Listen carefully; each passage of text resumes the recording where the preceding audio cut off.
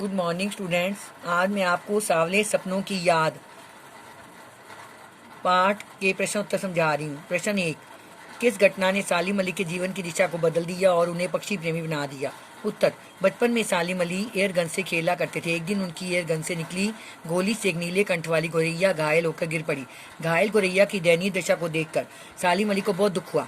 उन्होंने एयरगन न चलाने का फैसला किया और पक्षियों की सेवा करने का निश्चय किया। इस प्रकार घायल गोरैया ने उनके जीवन की दिशा को बदल दिया और उन्हें पक्षी प्रेमी बना दिया।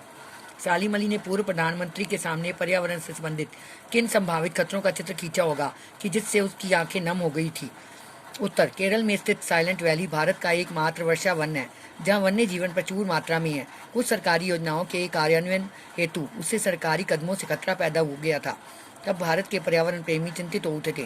सालिम अली ने पूर्व प्रधानमंत्री को बताया था कि यदि साइलेंट वैली को रेगिस्तान हवा के झोंकों से नहीं बचाएंगे तो यहाँ का पर्यावरण दूषित हो जाएगा, पेड़ पौधे सूख जाएंगे, वर्षा नहीं होगी, हरियाली समाप्त हो जाएगी, पक्षियों का चहचहाना बंद हो जाएगा, पक्षी किसी दूसरे स्थान पर चली जाएंगे, पशुओं को भी हानि होगी। इस प्रकार यह सुंदर वैली उजाड़ हो जाएगी।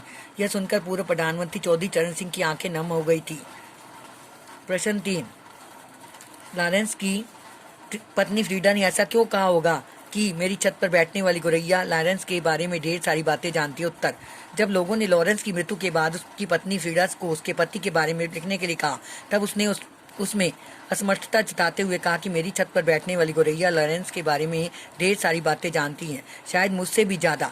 उसने यह इसलिए कहा क्योंकि लॉरेंस का जीवन खुली किताब की तरह था। वह बहुत खुला सादा जीवन व्यतीत करने वाले थे। उसके बारे में पक्षी तक सब कुछ जानते थे। बच्चों, ये आपने याद करने और लिखने हैं।